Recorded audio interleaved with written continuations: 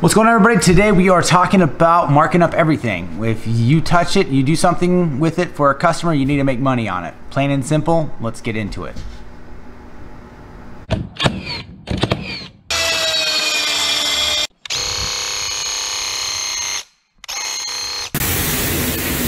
Alright, so basically my main thing right now is, marking up work off subcontractors, because they go to a job site or you tell them what they, what the job entails, they give you a price, and then you basically take that price, add your percentage to it, and then give that to the customer for them to approve or decline for the work itself. So that basically is my new. I know it's not a new concept by any means. Actually, I think it's probably the oldest concept in the contractor trades. But for me, it's been working out great.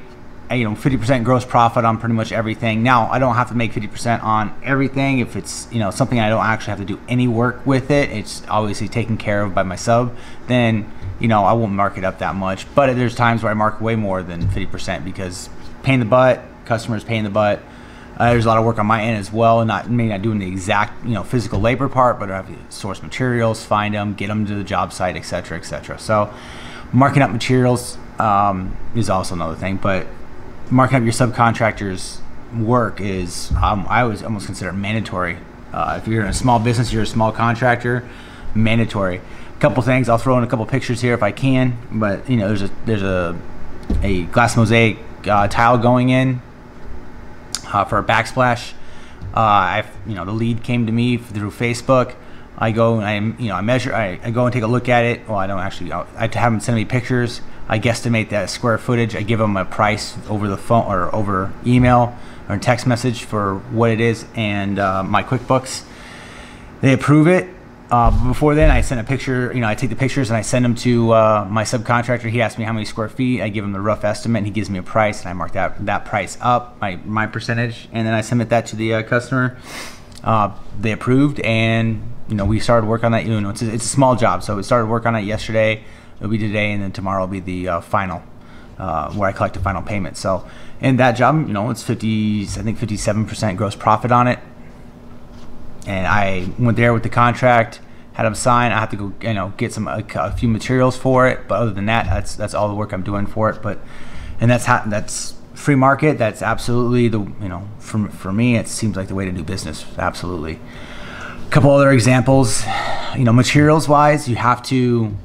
Everything. If I go to material, it's hard. It's rare. I'm not saying everything, but it's rare that I don't make a markup or profit off of material that I supply, because you have to. I'm going to the store to pick it up. It's time out of my day, at a minimum. Sometimes 10, 15, 20, 100% markup, depends on what the product is, but absolutely need to be making money on everything.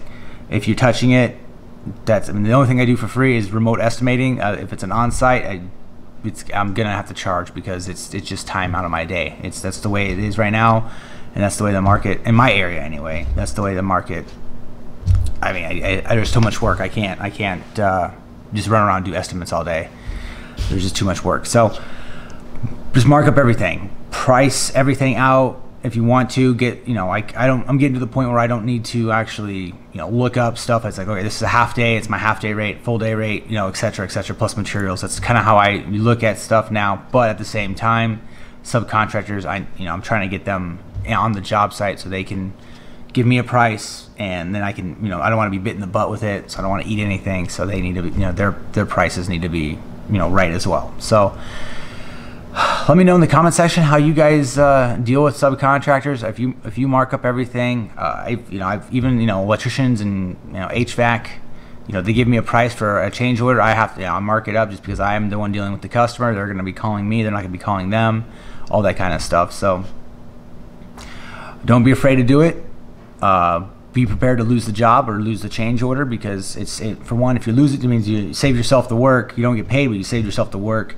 And who knows, you could be dodging a bullet with that customer anyway. So just know your numbers, keep it in line, and when in doubt, just add an additional 5%. If you don't know, 5 or 10%, just in case, because if it comes to bite you in the butt, that's 5 or 10% you don't have to come out of pocket for, right? So I think that's it for this video, you guys. Short and quick. I think this is coming out on Friday. Maybe Friday will be business talks, but yeah. See you guys in the next video. Like and subscribe. I'll see you in the next one. Yeah, I'll get this lighting fixed.